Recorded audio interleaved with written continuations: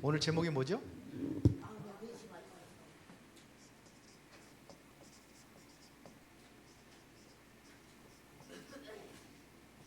마음에 근심하지 말라. 요한복음 14장 1절부터 6절까지 읽었습니다. 자, 왜 마음에 근심하지 말라고 그랬을까요?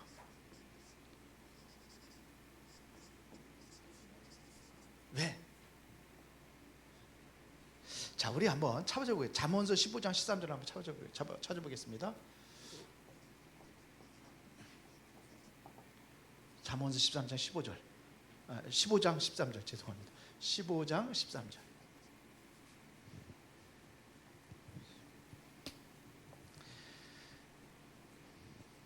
다 찾으셨으면 읽어봅시다. 아직 못 찾았어요? 다 같이 시작. 마음의 즐거움은 얼굴을 빛나게 하여도 마음의 근심은 심령을 상하게 하느니라.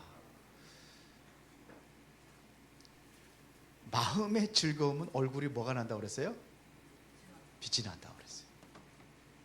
제 얼굴이 빛이 납니까? 빛이 안 나죠. 예. 그런 마음의 근심은 뭐예요? 심령을 상하게 한다고 그랬어요. 그러니까 심령이 상하는 거예요. 마음에 근심하면. 저도 근심투성이에요. 그래서 빛이 안 나. 근데 아무리 화장을 해도, 아무리 위장을 하고 포장을 해도 다 표시가 나요. 어디에요? 얼굴에. 자, 그래서 심령을 상하게 돼. 근심하지 말아야 될 이유는 뭐냐면 이 심령이 상한다고 했어요. 또 하나 더 찾아보겠습니다. 거기 조금 넘어가면 17장 22절 잠언서.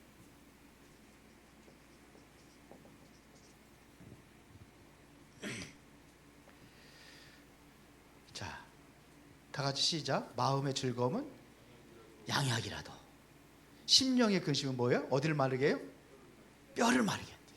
이게 심령의 근심은요, 이게 뼈를 마르게 한대. 뼈를. 골다공증 심한 이유가 뭐냐? 물론 우리가 뭐 흡수해야 될 철분이라든지 이런 게 있잖아요. 칼슘이라든지 이런 게 있어야 하잖아요. 칼슘이 있어야죠. 그런데 그것만 아무리 잘 먹는다고 소용없어. 근심하면 뭘 만나요? 골다공증 생기는 거예요.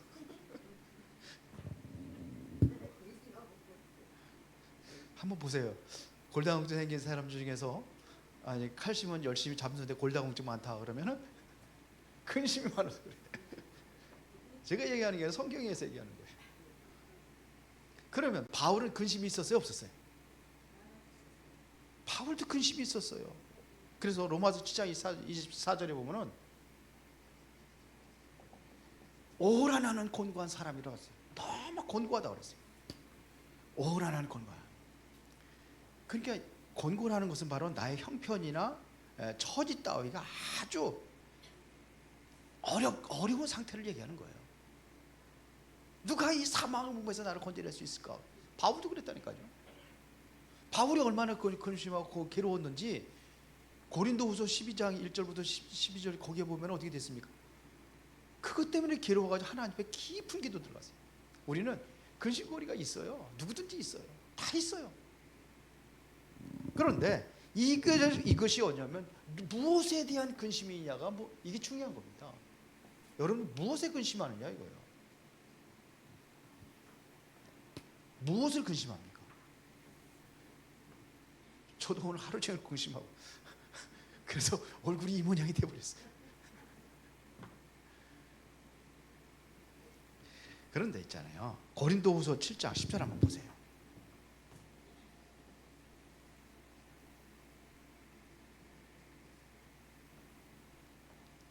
다 찾아서 한번 읽어봅시다. 고린도후서 7장 10절에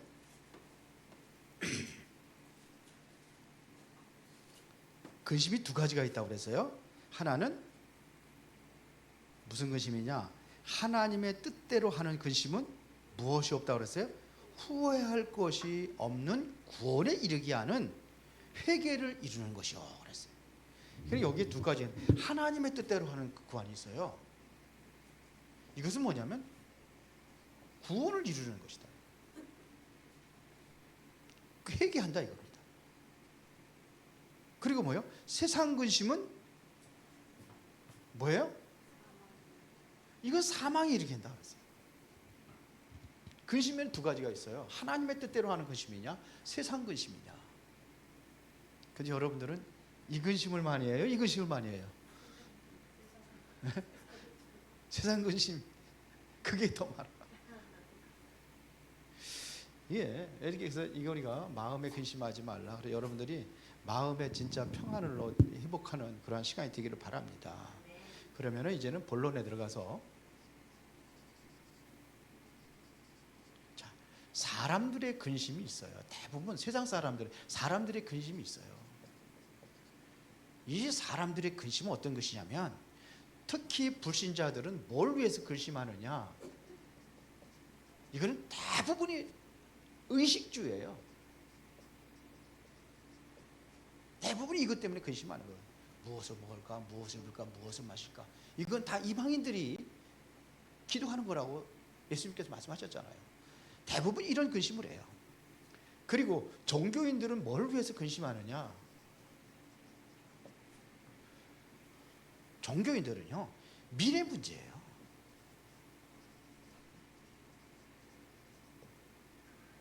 미래 문제.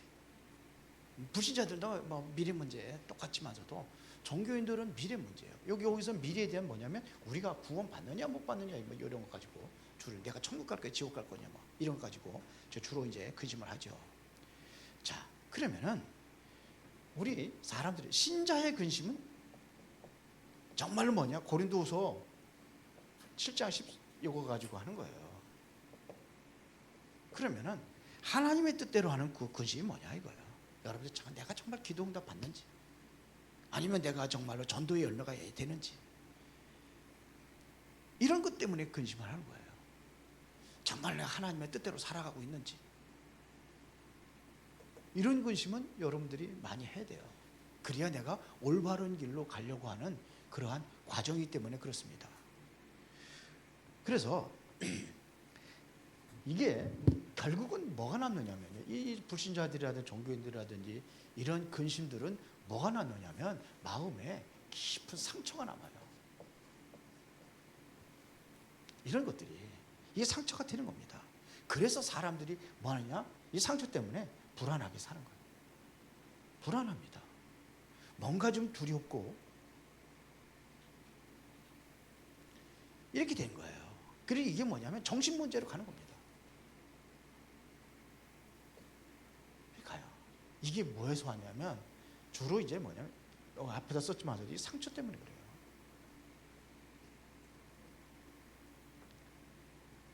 자, 그러면은 우리가 이 실제로 치유받으려면 우리는 항상 뭐냐면 원인을, 우리가 왜 그런지 원인, 다시 말하면 진단을 잘해야 돼. 진단을 잘해야 돼요. 제가 왜 이게까지 지금 고생하고 있는 이유가 뭐냐? 이게 진단을 잘못 받아서 그렇다니까. 아니 계속해서 그냥 뭐 감기약만 자꾸 주는 거. 한 20일 뭐 그래가 도저히 안 돼 갔어가지고 제가 그 흉부내과 그쪽으로 갔잖아요. 갔더니 뭐라고 그래 그거를 폐렴이라고 그러죠. 이게 허리까지 아파가지고 허리 아파도 몰라. 거기서 또 약 먹으면 좀 괜찮아 또. 여전히 괜찮아. 그러니까 그거까지 견디고 그러고서 뭐 저기 우리 고대건 집사 결혼식까지 다 갔다 오고 다 그랬대. 이게 잘못돼서 그래. 그 잘못 모르니까 계속 그 감기약만 주는 거야. 일찌감치 폐렴약 주더라면 아마 그렇게 쉽게 안 했으면 아마 이거 허리 안 다칠 수도 있겠죠. 그래서 우리는요, 이 원인 대부분이 뭐가 있냐면 이게 불신앙입니다. 하나님을 안 믿으니까 자꾸 이런 근심을 하는 겁니다. 그러니까 쉽게 말하면은 하나님과의 인격적인 만남,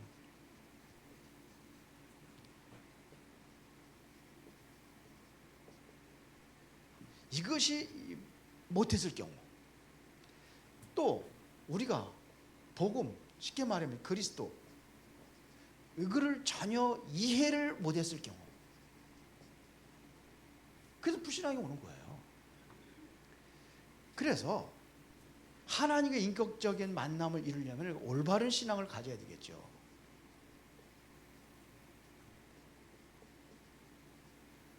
올바른 신앙을 가져야 돼요. 그래서 자신의 먼저 뭘부터 하면 실존을 바라야 돼요. 나의 실존은. 쉽게 말하면 창세기 3장에서 시작된 겁니다. 여기서 시작된 거예요. 사람이 범죄해서 하나님을 떠나게 된 거예요. 그 배후에는 누가 있었어요? 악한 영 사단이라는 존재가 있었어요. 그렇죠. 이게 이거예요. 그러면 내가 올바른 신앙이라는 것은 이 문제를 해결받을 수 있는 답이 뭐냐, 이걸 찾는 겁니다. 그게 바로 그리스도예요. 그러니까 쉽게 말하면 이 복음에 뭘 알아야 되냐, 이 비밀을 제대로 알고 여기서 우리가 모든 답을 얻는 거예요. 결론은 그리스도입니다. 그리스도가 우리와 함께 하신다고 약속하셨잖아요. 그렇죠? 어떻게 해요? 성령으로. 그분이 사단의 세력을 완전히 꺾어버리고 그분이 하나님 만나는 길을 열어주신 거예요. 그래서 그리스도와 함께 살아가는 이 비밀이 뭔지를 우리가 아는 겁니다. 복음의 비밀을 아는 겁니다. 완전히 사단의 머리를 박살내버렸잖아요. 그러니까 더 이상 이건 뭐 많이 들었으니까 설명 안 해도 되겠죠. 그래서 이거를 인격적으로 항상 뭐냐면 마음에 영접을 했다는 것은 이것은 마음에 이 복음의 비밀을 여러분들이 간직한 겁니다. 이 영접이에요. 영접해서 끝나는 게 아니에요. 항상 이 은혜 속에서 여러분들의 삶을 살아가는 것이 이게 중요한 겁니다. 그래서 오늘 분명히 근심하지 말아라 하는 이거 이유를 여러분들이 확실하게 좀 알아야 됩니다. 여기 요한복음 14장에 보니까는 왜 근심하지 말라고 하느냐, 하나님을 믿으니까 그랬어요. 하나님을 믿으니 근심하지, 너희는 마음에 근심하지, 왜? 하나님을 믿으니. 그랬어요.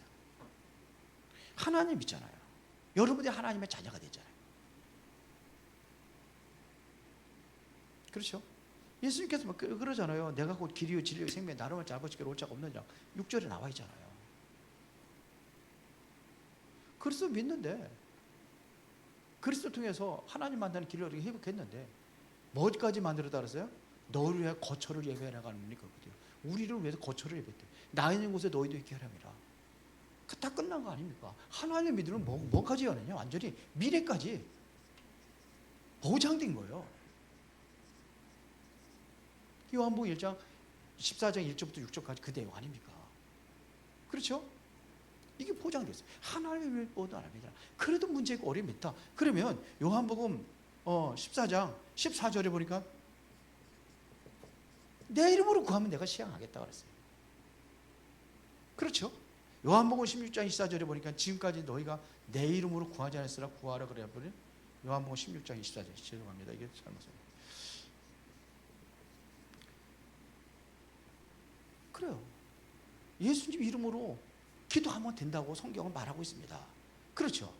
그러면은 여러분들은 그분이 인도를 하는 겁니다. 믿는 자에게. 왜 우리가 기도하냐? 하나님의 인도 받기 위해서 기도하는 거예요. 맞습니까? 하나님의 인도 받기 위해서 기도하는 겁니다. 그러면 뭐냐? 보혜사 성령으로 함께 하다고 했어요. 요게 14장 16절 17절에 보세요. 16절에 뭐라 했습니까? 내가 아버지께 구하겠으니 그가 또 다른 뭐를 보혜사를 주사 어디에? 영원토록. 잠시 있다가 하는 게 아니라 영원토록 너희와 함께 있게 함이라. 보혜사 성령으로 우리와 함께 하신다고 되어 있어요. 그럼 끝난 거 아닙니까? 이러면 끝난 거예요. 이분이 14장 26절부터 27절에 보면 가르치고 생각나게 하시고 우리에게 뭘 준다고 그래서 27절에 평안을 준다고 그랬잖아요. 이건 세상이 주는 것 같은 그런 평안이 아니라고 이제 근심하지 말아라 이거. 보혜사 성령으로 함께 하셔서 여러분들에게 뭐까지 약속하셨냐? 평안을 주기를 약속하셨어요. 이 은혜 속에 들어가는 겁니다. 그래서 결론적으로 얘기하면은 뭐가 되느냐? 내가 항상 여러분들 묵상합니까? 하루에 한 번씩 해요? 주일학교 애들한테 그거를 해줬더라고. 애들한테 하라고. 근데 애들 보기에는 좀 힘들 것 같아.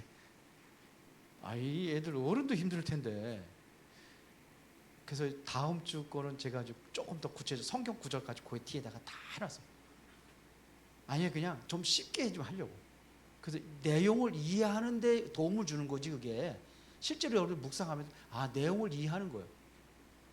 그리고 우리 성훈 다은이한테 이렇게 해서 해보라고 그랬더니 그렇게 하고 지가 뭐 이렇게 또 느낀 점 이렇게 쓰더라고. 실천할 것도 쓰고.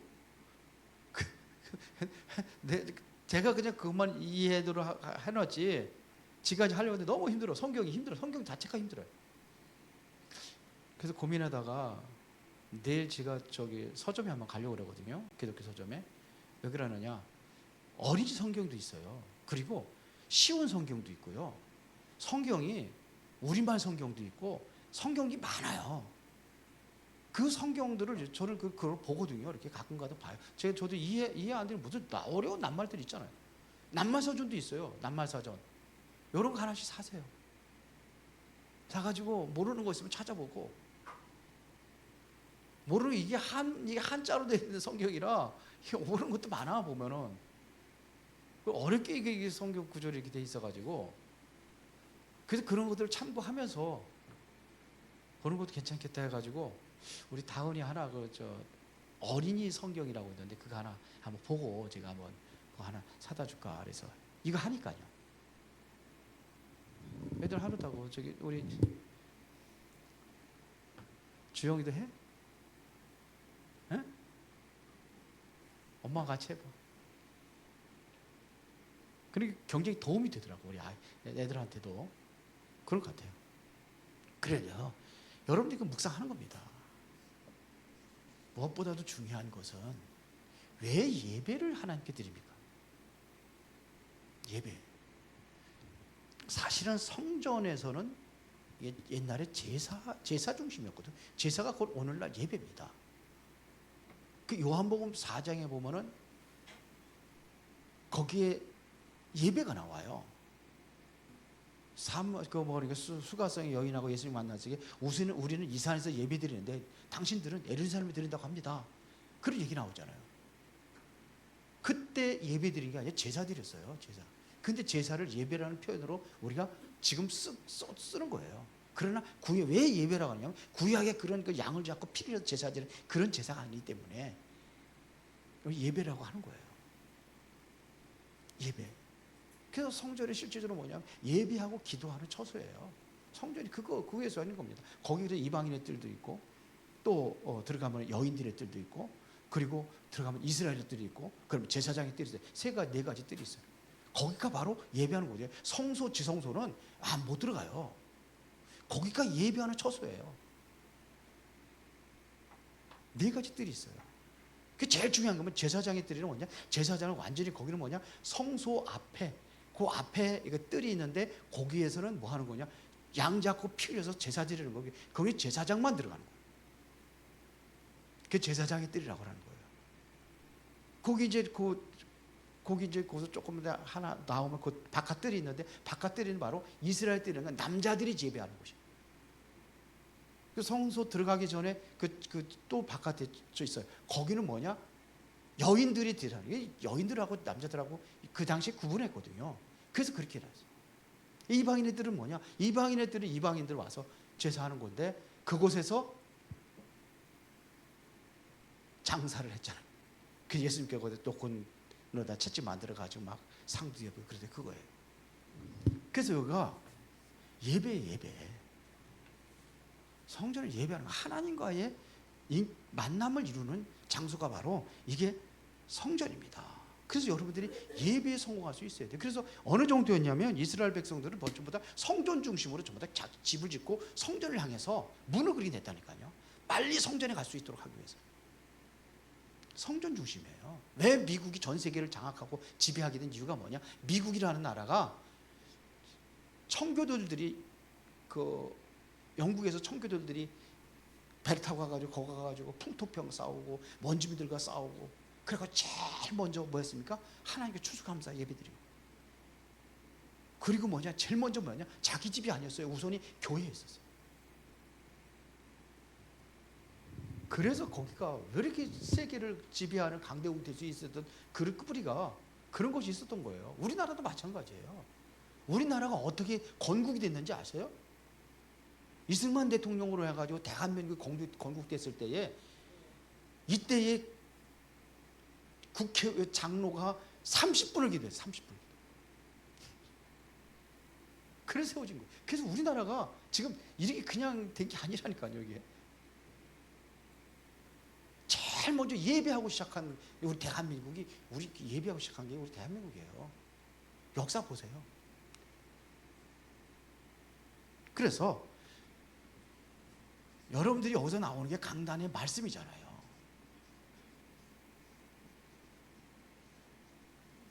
그래서 이 말씀을 매일 하는 거예요. 매일. 강단 말씀 가지고 서로 모르는 결론이 여기서 강단 말씀 그거 가지고 그대로 뭐냐 여러분들이 월화수목금토일까지 이거 가지고 계속해서 하는 거예요. 왜 그러냐? 말씀 놓치지 마라. 자, 그래서 여기에서 여러분들이 나의 모든 방향을 잡는 겁니다. 삶의 방향을 잡는 거예요.